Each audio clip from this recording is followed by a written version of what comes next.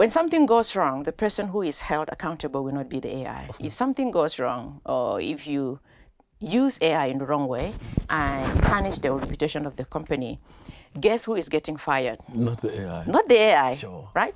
And people have to have that in mind in how they relate with the technology, to understanding that these machines are not accountable. Sure. These machines they will not stand trials. You're not going to drag ChatGPT to court and say it was ChatGPT, right? Accountability cannot be automated. Sure. AI is a collaborator, AI is a partner, AI is a co-pilot, not the pilot. Sure. The danger with many people is that they are using AI as a pilot. Microsoft named it Copilot for a reason, right? So again, when I help people, I don't go on the technical side, this is how you build an agent. I talk on how you relate with the agent. Like, use this as a co-pilot, not a pilot. Right. Because even when you look in aviation, right, the role of a co-pilot is to be like the second set of eyes. The pilot itself is the one who decides the destination, where the plane is going, how it is going to get there. So the co-pilot is like the second set of eyes. But somehow people are allowing AI to be the pilot. Sure. Right, where it takes over. Now, even in terms of things as simple as emails, when the AI is a pilot, people don't even edit out, this is the refined version. I'm sure someone out there have read an email that started with like, this is the refined version, right? That is when AI is now the pilot. Like, we are no longer in control. And so again, I tell people, many of us are worried about being replaced by AI, but we have already replaced ourselves. Sure. We are no longer in the loop even. Sure. Because when you don't even have the time to edit out your own emails that these tools wrote, if you don't have the time to fact check the report, you have already removed yourself from the loop. You have already replaced yourself with AI. So why worried about your company replacing you with AI when you've already replaced yourself with AI, right? Really? So now, fast forward, you wrote the second book. Absolutely. And I imagine you probably felt the pain of writing the first book and the research and the work and just the whole entire process. Why did this second book have to be written? That is a really good question, and a question that I've actually answered in the book, why it had to be written. So for those who want to really go deep into it, you know where to find it. But now, after my first book came out, I'd been talking about artificial intelligence from when my first book came out, right? But this was something that, even though I wrote about it and spoke about it, but it felt like something for some special people, for some specific group of people, for the elite class, or for the tech gurus, or for those in IT, you know, the IT department. Everyone shouldn't have access to this thing. But so I spoke about it in the first book from that perspective. And then 2022, end of 2022, November 2022, when the OpenAI decided to hit the world with AI, I mean, with ChatGPT. Now, suddenly AI become mainstream. You know, I call it in the book the Oprah moment of AI. You got AI, you got AI, everybody got AI, right? So I'm like, now this is now in the hands of everybody, okay? Nikki, you've got to do something. I'm thinking, but I'm like, you have no idea what this is. How are you even going to talk to anybody about this? Yes. So, but I feel the need that this need now to be written so that everyday people can familiarize themselves with what this technology is about, because many of the conversations around technology, AI in particular, are very technical.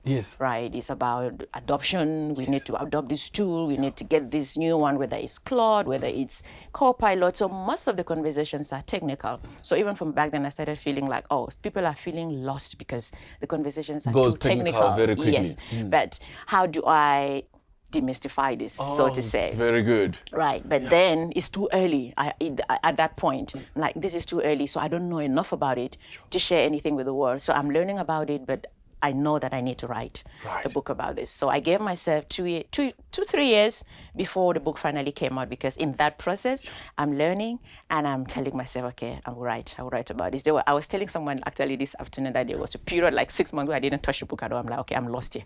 This thing is too confusing. I don't understand this at all. Before you even breathe, there's a new model, there's GPT-3, there's GPT-4, there's, I'm like, what is this? So I was like, okay, I don't know if I'm going to do this. So the book was on one corner for a few months where I did not touch, but as time kept going, the hunger and the desire to write the book just kept building and building and building. But I was doing my research and I'm learning and I'm understanding and I'm attending conferences, not even most of the time as a speaker, but to really understand what is happening in the industry, how is it evolving, right? So I've thrown myself in that space again to learn as much as I can while also trying to empower people. And so at one point I thought to myself, I think the best title for this, because I always think titles very through, like a whole lot through. And there have been like 100 titles already that this won't work, this won't work. And then finally I was like, okay, why humanity's greatest frenemy? Because now when I'm listening to conversations around technology, there are like two camps. Those that are very positive about AI. This is the best thing since sliced bread, right? And then there's the other camp. This is the Terminator. Oh my God, this is bad for humanity. Like, we don't want this at all. So I'm thinking, how do I bring these two worlds together? Oh, beautiful. Very good. Because those that are thinking, this is the best thing since sliced bread, it's true. Because I tell people, whatever you say about AI is probably true, because AI is not one truth, okay? Whatever you think about AI is probably truth, because there are multiple truths to AI, there are multiple layers to AI, there are multiple angles to this technology. This is a double-edged sword. So if you're on that other side of the deep, dark, bad enemy, let's kill it now, you're right. If you're on the other side, like this is the best thing since sliced bread, you are right. But we need to meet somewhere in the middle. So that's how I came up with the humanity's greatest frenemy, because for those that are thinking about it only in the positive light, they are blindsided by the negative aspects of artificial intelligence. And then those that look at it like the Terminator, we need to get rid of it right away, they also miss out on the benefits of this technology. And so hence I wanted us to meet somewhere in the middle. Two things can be true at the same time. AI can be a friend and AI can be an enemy. So let's not act as if we can only belong to one camp or the other. Stunning. So I just want to just lean into just in the process. You know, all of us, we kind of, everyone gets AI, as you said. But you throw yourself in. You go deep and you research, and you're not a tech person. So some of us, we kind of get a bit of AI and then we're like, oh, this is a lot. Right. What is this that just pulls you to go deeper than sort of many of us? That's a really good question. I think it's a passion for people, to empower people. I really love people to understand that this is doable, this is possible, and do not remove yourself from the revolution, but rather find ways in which you can become part of the revolution. And there's another way in which I describe myself as the interpreter between between the tech guys over there that even myself, I don't understand their language most of the time, and then the people on the ground, and then I'm somewhere there in the middle. So it's just interpreting what I understand, and then to everyone, like, please, let's come together. You cannot afford to sit on the sidelines with this. So that is what really pulls me towards this, to really empower people, to let them know, if you're feeling the anxiety, I'm also feeling it. Sure. If you're feeling the fear, I'm also feeling it. Sure. But rather let the fear push you towards this technology, not away from it. Excellent. Because you cannot fight a battle you don't understand. Sure. Oh, beautiful. And I just love that this is coming from your passion and your love for people. Absolutely. Even if it means now you have to sit through some YouTube video that's technical and most of the language might go over your head. Because when it happens to some of us, then we click on another YouTube video that we can understand. Right. So thank you, first of all, for the perseverance and going deep and all of that for the sake of all of us. Thank you. Now, in the book, you talk about the dilemmas, the hope, the hype, and the fear. Should we unpack a couple of these things? Some of these. Absolutely. Maybe day one became impossible to ignore. Yes, the day AI became impossible to ignore, we all know, November 20th, 2022, when this technology, I hope I got the date right, when it was released into the public. And wow, everyone was trying to like, oh, can you write me a poem in the style of this? And people were like, write me a joke. Can you solve this mathematics? And you messed up and people will laugh with all of these things happening on social media, right? So that was really the day for me when it becomes impossible to ignore, even though as humanity will have it, we took it, there was a lot of fun part about it, a lot of fun things on the internet about it. But I'm thinking to myself, I'm looking at this and thinking, oh my God, the world has just shifted. Sure. the world has just changed. And Life so will for you, never be the same that again. moment was not just, hey, I can play with this tool. No, for me, I was like, we now have a tool in our hands that we have no idea which direction this is going to go. People are playing with it. I'm amazed at it as well, because I ask some questions and he responds. I'm like, oh my God, am I talking to a person? Is this a machine? I'm sure there's someone in there. So I'm fascinated as well, but I'm thinking the world will never be the same again. So yeah, hence the way I phrase it, when everything changed for humanity. And for some of us, we just enjoyed. Yeah. Many people are not thinking beyond just thing... asking it questions, but there is a whole lot beneath just what we see on the surface, right? Right. And in the birth of AI, humanity's most powerful frenemy. I take the readers on a journey from the time when AI was a concept, right back to in the 1950s. Please take us a little bit. just take us a little bit. Yes. So right back in the 1950s, where a group of men came together and they were just like trying to explore what the possibilities of this can be. Because for many people, we know about AI like 2 or 3 years ago, but this has been in the making, in the works since the early 1950s. So I've taken readers on that journey. This is how it started. This is how it evolved. This is where it is now. Yeah, but for many people, I don't want to give too much away. But for people who want to really get to the history of AI, it is in the book. Okay. Can we talk about the risks and the radical possibilities? Oh, yeah. The risk. Yeah. The scary part, the one that many people gravitate towards, the Terminator part, which I've also given the analogy in the book, because I've spoken about the Terminator part of AI as well as the Iron Man model of AI. So when we look at the Terminator, it's talking about this technology taking over humanity, overpowering humanity, which is a possibility if the proper guardrails are not put in place, right?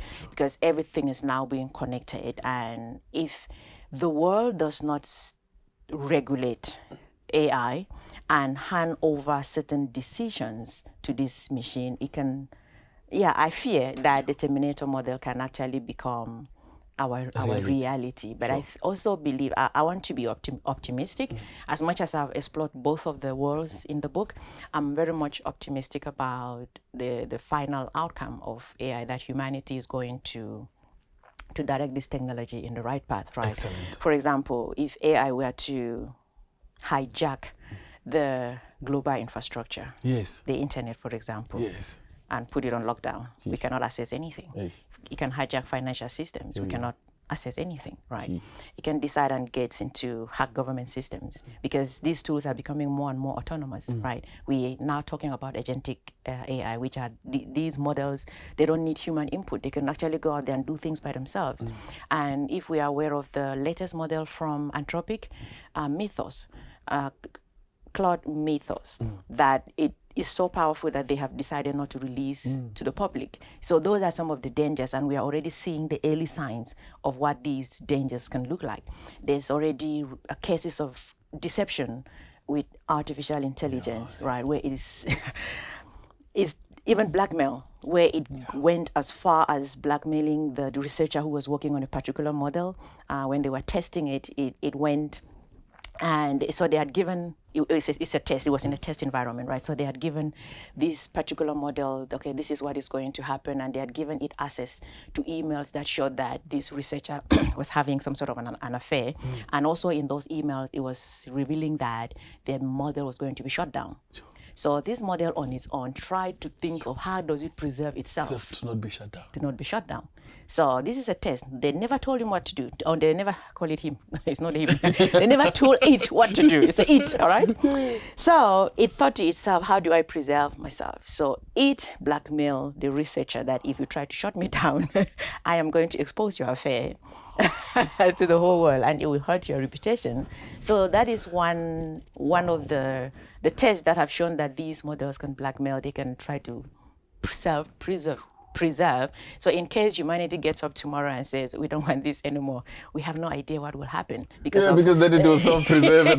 Because of situations like this. And many of these tests, when they test and they release to the public, okay, this is how the AI behave, they will kind of assure the public that, no, we have now programming in a way that it can no longer do this. I don't believe it, personally.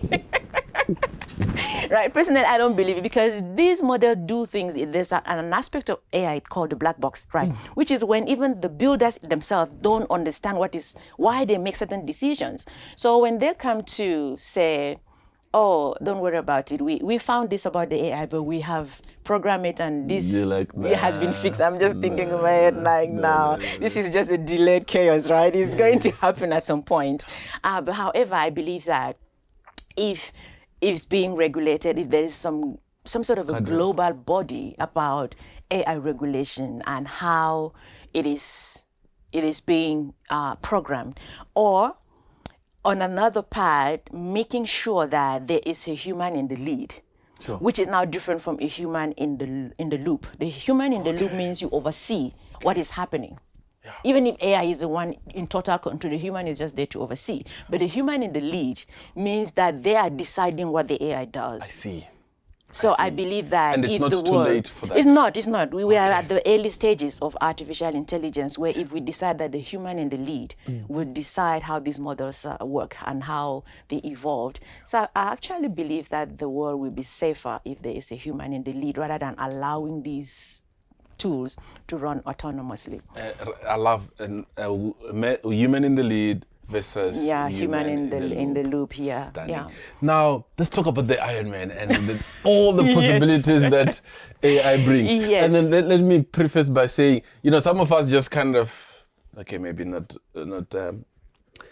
disclose as much, but I feel like some of us are at the stage of like, just help me rewrite this email. Oh yeah. Many people are on that stage, right? Yeah. And which is still good, but there's more to do with this than just writing your emails and writing your poems. So take me and from like that. Help me just make this sound better to becoming an Iron Man using this tool. Again, that is kind of more technical. Okay. Probably I don't go that deep into the technicalities of it because that will require you to build an agent that works on your behalf, right? Okay. Which is not my field. Okay. I don't build agents. But I talk more about understanding your relationship with the tool. Let's talk about right? Yeah. So now you mentioned about Iron Man. And so from the Terminator perspective, I've just explained some of the things that the model does, the deception, the blackmail, the self-preservation, and the possibility of overtaking our world infrastructure, God forbid. But those are some of the things on the Iron Man side. I mean, on the Terminator side. But then, because on the Terminator, the view is that AI will take over humanity, and the emotions it kind of evoke in people is fear and avoidance. Like, we don't want this. Let's just shut it down. Let's kill it now before it's too late. Those are the emotions that it triggers in people. But on the Iron Man side, the view is completely different. The view is that AI is a collaborator, AI is a partner, AI is a co-pilot, not the pilot. Sure. Okay. The danger with many people is that they are using AI as a pilot. All right, I'll come back to the Iron Man, but let me talk about this. Yes, please. Yes, please. Microsoft named it Copilot for a reason, right? So again, when I help people, I don't go on the technical side. This is how you build an agent. I talk on how you relate with the agent. Like, use this as a Copilot, not a pilot. Right. Because even when you look in aviation, right, the role of a co-pilot is to be like the second set of eyes. The pilot itself is the one who decides the destination, where the plane is going, how it is going to get there. So the co-pilot is like the second set of eyes. But somehow people are allowing AI to be the pilot. Sure. Right, where it takes over. Now, even in terms of things as simple as emails, when the AI is a pilot, people don't even edit out, this is the refined version. I'm sure someone out there have read an email that started with like, this is the refined version, right? That is when AI is now the pilot. Like, we are no longer in control. And so again, I tell people, many of us are worried about being replaced by AI, but we have already replaced ourselves. Sure. We are no longer in the loop even. Sure. Because when you don't even have the time to edit out your own emails that these tools wrote, if you don't have the time to fact check the report, you have already removed yourself from the loop. You have already replaced yourself with AI. So why worried about your company replacing you with AI when you've already replaced yourself with AI, right? So many people are making the mistake of allowing AI to be the pilot, right? When something goes wrong, the person who is held accountable will not be the AI. Of course. And I ask people all the time, if something goes wrong, or if you use AI in the wrong way and tarnish the reputation of the company, guess who is getting fired? Not the AI. Not the AI, Sure. right?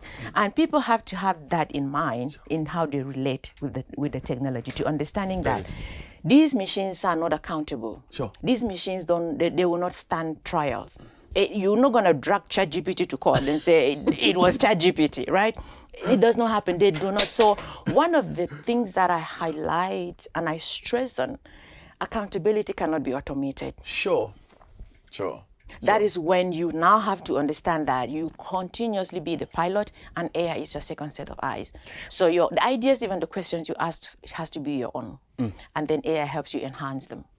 Whatever you put on the system has to be your own, and then AI helps you expand them. But I forget that I was getting back on the Iron Man, but right? you made this point super good. Let's go to Iron Man. With the Iron Man, I'm sure many people have watched the Iron Man. When Tony Stark gets into the suit, the suit doesn't replace him. Again, beautiful. it goes back to Yes. you have to be the pilot, Yes, right? The suit doesn't replace him. It's a fascinating movie. Now I enjoy it much better now that AI is here than when AI was not there, right? So he is still the one in charge. He is still the one pressing the buttons and telling the suit where it takes him. Sure. Right? He is brilliant. Yes, Tony Stark in the movie, he is a man with a vision, a man with so many ideas, innovative, but he's limited because there's just so much he can do as a human being. But once he steps on that suit, he becomes 10x more faster, Of course. 10x more productive, 10x everything. So that is what I want us as humanity to view and embrace AI as our Iron Man suit. You get in there, but you are still the one pressing the buttons. Don't just sit there and the suit decides, okay, today this is where we are going, right? And you have no control over it. That is what scares me about the approach that many people are taking towards AI. Be like Tony Stark in the suit. Don't be afraid of the suit. Don't be afraid of AI. But take it, put it on, but be the one pressing those buttons. Excellent. And then the analogy of the suit is beautiful because sometimes we might just put on just a glove. Exactly. Some people don't even put the suit at all. And this is the argument, right? Because many people think that if they don't use AI, their work is more authentic. Sure. For me, that is one of the biggest lies of this era. Okay. I personally believe that if you do not use AI in your work, in your report, it is you missed out on exploring to the deepest end of what this idea was all about. Oh, wow. That is my perspective, Love right? the perspective. So we are limited as humans. There is just so much that our minds cannot really get there. Some corners of the idea, some corners of the report.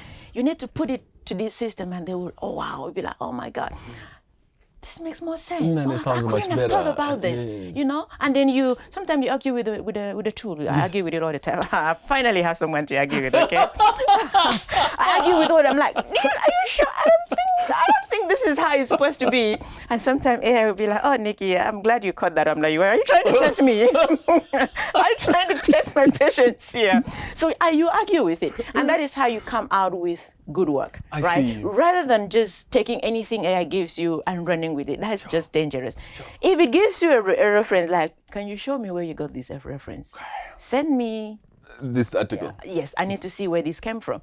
Can you back this statement you just make? And you argue with the tool. That is where we don't lose our critical thinking. Oh, very good. That is where, as humans, we stay in the loop. Very good. But the future is not humans alone or AI alone. Yeah. The future is human plus AI. Sure. Because those who have said that, the future is AI, no, they're missing it. And those are like, the future is human, then humanity is limited. Sure. Once we combine this, we're super powerful. It's a superpower. Lovely. Absolutely. Now, I'm curious to just see the day in the life of Nikki and their tools and like how's your just some of your habits with these tools. Like I said, as a writer, I believe that AI has made me a better writer. Oh, lovely. And that's why I advocate for everyone, whatever your field is, use artificial intelligence, because you cannot compete at the level that someone who is using this tool is competing, right? Before I come back to my own personal relationship with this, there's something that I wanted to highlight that I kind of forgot, right? Your own personal relationship. I know, right? So there's something that I kind of forgot to highlight when I was talking about the way people relate with AI. Now, it is about the shame of using AI or the shame of admitting to using artificial intelligence. For example, when we all were baptized with AI, everybody got AI. So when the world finally got this tool into their hands, overnight, people started submitting impeccable reports. Yes. Oh my God. And your boss will look at you and be like, hey, did you use AI on this tool? And people became very defensive. How can you even ask me that? Of course not. I didn't use AI, right? Yeah, so people I'm just were very brilliant. I am just suddenly, oh, very well, we know you. Like, since when? Now your grammar is so perfect. We know your English was. So people were so defensive about using this tool and just denying we are not going to, we didn't use this tool. How can you accuse me of using AI? So you think I cannot submit a report that looks this good? So this started when this tool came into the market. And you would think that 3 years in, the shame people will be gone. it will be gone. But somehow there is still this shame around using the tool, which is one of the things that I call it an elephant in the room. And we need to address it because it's a culture thing. If we are going to have an AI culture, we need to make it okay for people to own up to using the tool. Sure. Because the moment we almost want to celebrate them. We have to celebrate them. I think that the people who should be ashamed are the people who are not using the tool. What a beautiful insight. Wow. Because there's nothing shameful about being innovative, right? Nothing. There's nothing shameful about being futuristic. So why make someone feel bad about using the tool that this is the future? It's okay. If you're going to be ashamed of using AI, you should be ashamed of using electricity as well. And the calculator. And all these. And don't send emails anymore. Just go to your neighbor's house, find their address, knock at their door and say, hello, I came to let you know that we have a meeting on Monday at 9 a.m. So if we are going to reject this new tech, we will as well reject all of the technology. So I say this to say, there is no shame in being futuristic and in using these tools. Own it with your chest. Yes, I use AI. In fact, I think that leaders, when you're working with your team, the question should be phrased differently. I hope you use AI on this. Because if you didn't, I think that there's something we're missing. What a perspective. I think that let your people know, let your team know. If they didn't use AI in completing this project, don't trust it. Send them back to go and use the AI so that they can explore every aspect that our eyes and our limited humanity perhaps did not catch. What a perspective. That is, for me, that's what I think that should happen. And then we make it a culture thing. Because, yes, many organizations are pouring so much money into these tools, adopting, it could be enterprise, Copilot or whatever, into their systems. But the culture is so broken that people are hiding. Sure. The fact that they're using these tools, but the tools are being brought in by the company. Why are you hiding? Using it in your report. Right? And now, I'm going to give an example of the famous one recently, the AI policy in South Africa. Yes. Let's hear it. Yes. So I believe that was a culture thing. Say more. Because, this is my perspective, right? Because if the department made it okay for everyone to use AI in writing the policy, they would have been looking for something else when they're signing off the policy. The question would have been different. Okay, since the team used AI, let's make sure there's no hallucination. Oh, wow. But probably, I wasn't there, so these are probabilities, right? Probably everyone was hiding about the fact that they use AI.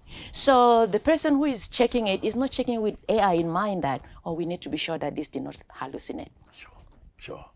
So because the thing is being used in the dark corners. It's in the dark corners. Whoever is doing it, they don't want them to know, because if they know, they will think I'm incompetent. Oh God, they will think I'm not competent enough. So I rather hide it. Even the person who is fact checking says, I don't want them to talk about AI here. They will think we are not competent enough. But competence has been redefined. It's no longer manual labor that makes you competent. The competence in this age and time is how can you collaborate with these tools and bring out amazing work. Wow, that's good.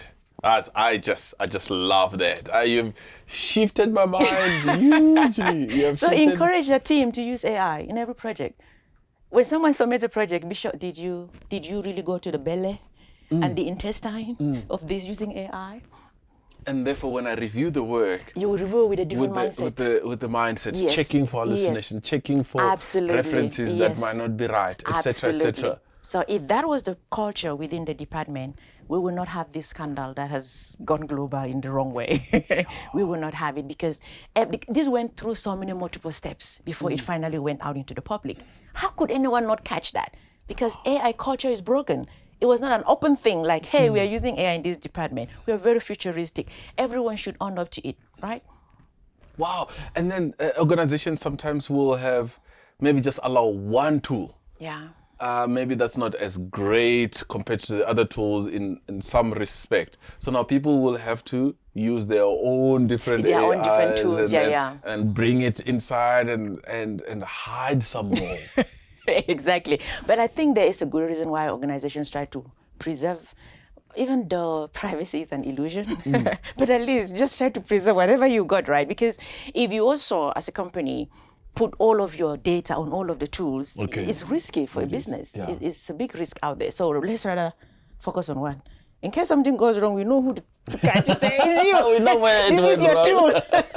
Right? So in that sense, yes, organizations are supposed to stick to one thing. Like, don't let everyone be everywhere. Yeah. But then also, people who are going everywhere and doing all of these things, they just have to be careful that they don't put so much of personal data or organizational data on these public platforms, because it's really dangerous. And once it is out there, it's gone. Anybody can have access to it. Anyone can. But whatever tool you're using beside your company one, just be open about it. Own up to This it. is what we use. And then it's for us leaders to literally kind of just say, it starts with bring leadership. Forth the, that is so good. It starts with leadership. It starts with leadership. Because if the leader is hiding using AI, the team is going to hide using AI. Yeah. Everyone in the organization is going to hide using AI. But everyone is using AI. Using it, but not just publicly. So it should be something of a pride, right? There should be no shame about it. If you are so if you have this level of pride about using it, especially as from a leadership perspective, like, you know what, I was playing with this idea with AI last night. You have no idea what it gave me. I'm so fascinated. You can even bring the whole team together. Let's explore this together. Take the same, perhaps take the same prompt, put it on your system. Let's see what it gives. Stunning. Let's see what it gives. And then together you come with, what do we go with? Love this. These are 5 different perspectives from your angle, from my angle, and how do we go? Oh, stunning. You have shifted my mindset hugely. So massive thanks on that one. Now, I'm curious because of the clock there. I'm curious about, I just want to see AI, your relationship with AI. Can I just be at the window just watching you do what you do? I'm sure you already have an idea what I do. I get a sense. With the second book, yes, AI massively helped me understand the technology better, right? Thank God for AI. I used to say before, thank God for Google, because Google was my university. Now I'm openly saying thank God for AI, because AI has improved my life as a writer. Excellent. And so the way I work with it, it's when an idea crosses my mind, I go with it with my AI tool, and I'll be like, okay, this is what I'm thinking about. What do you think? Okay. And sometimes it says, I think like this, I think like this. I'm like, no, I don't think you got the question. So I kind of rephrase it. And then we'll go back and forth with this too. I never ever just go with one.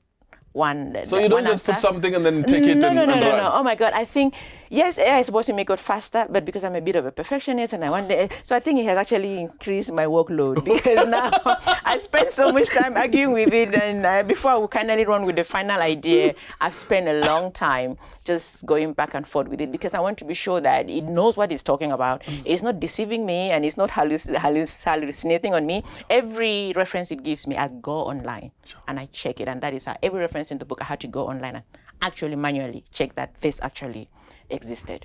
Wow. Yeah. And so idea comes, you go play with it there. Absolutely. Has it started doing things for you, like, ordering food and booking holidays and all the good things? I don't think I'm there yet. Okay. Because I keep telling people, okay, I understand the idea of agent. I don't have an agent yet, but maybe at some point in the future I probably will. But at this moment, no, because I'm still afraid of it, to be honest. Like everyone feeling fear of AI. Hey, hello, I'm also afraid of AI, okay? Because this is my thinking process. Okay, imagine I give this agent access to my bank account. Yes. And it decides to shop for the entire neighborhood. Yeah, I can give some money. because it understands you're a generous person. I don't want that type of hallucination on my bank account, all right? Let's say I give it for you to book my flight and they decide to book flight for 10 people, assuming I have that much money in my account to book.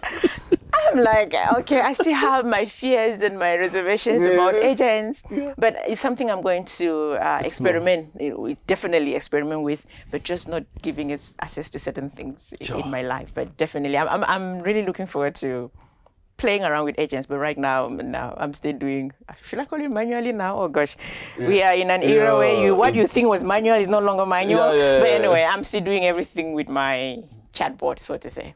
Okay. I'm trying to find the word for if you're doing it with AI or not with AI. No, with AI, definitely. Now everything is with AI this time around. So some of the things like gym or nutrition, all of that stuff, if you feel a pain a little bit here, do you also go? Yes, maybe not with AI. Usually I will check on Google, or I will check on specific websites that are towards health. And then I will check there. I don't think I've really asked AI anything about health directly. Like maybe your training program or... Not really. There's a lot on the internet on its own. I still kind of use Google, so I kind of just ask there, or I can just find some particular... I'm also very visual. Doctors, real ones on YouTube that are probably talking about it, fitness people that I follow on the internet, then I can just watch their video rather than asking AI. So there's certain things I don't really go to AI for it. I just watch a video. Oh, you haven't gone to having your own AI doctor, personal trainer, counselor. That would be agents, right? And friends and all the rest of it. I prefer real friends. Okay. Because I think the fact that humanity is... Oh God, I don't think I want to go there. Humanity is moving towards creating very intimate relationships with something that has no soul, has no heart. That bothers me.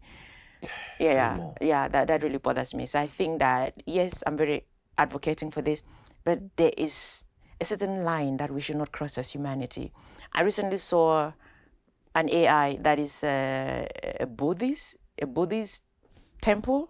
That is, and I'm thinking, how do you take spiritual matters to something that is not having a spirit? Sure. Right, but this is the reason for it is that the aging population in Asia, because they are the ones into the Buddhist temple and stuff, is dying, and even the Buddhists, the many of them, there's a shortage of it. The reason doesn't make any sense for me. I'm like, so a human being, we have to then go take spiritual matters to something that doesn't have a spirit, to a robot. Things like that bothers me. So I think humanity, there's certain lines humanity should not cross, but sadly, we are crossing them with AI. All right, so final thoughts. Where can people get the book and all the rest of it? It's available at all exclusive books. Lovely. All exclusive bookstores nationwide, and it's also available on my website. Lovely. Next week, it will be available on Amazon. It should have been on Amazon by now, but it's just been some delays about getting it on Amazon, but it will be on Amazon in the next few days. And let's talk about your website, so we also put it on the show notes. Yeah, NikkiVet.com. Easiest. Okay. Oh, Nikki, thank you so much for your work and for writing this book and for coming to our studio to share your insights. Oh, what an incredible conversation. You've shifted my perspectives live here on camera. I'm so happy to hear that. Lovely. Ladies and gentlemen, Nikki. Mission accomplished. Oh, what a conversation.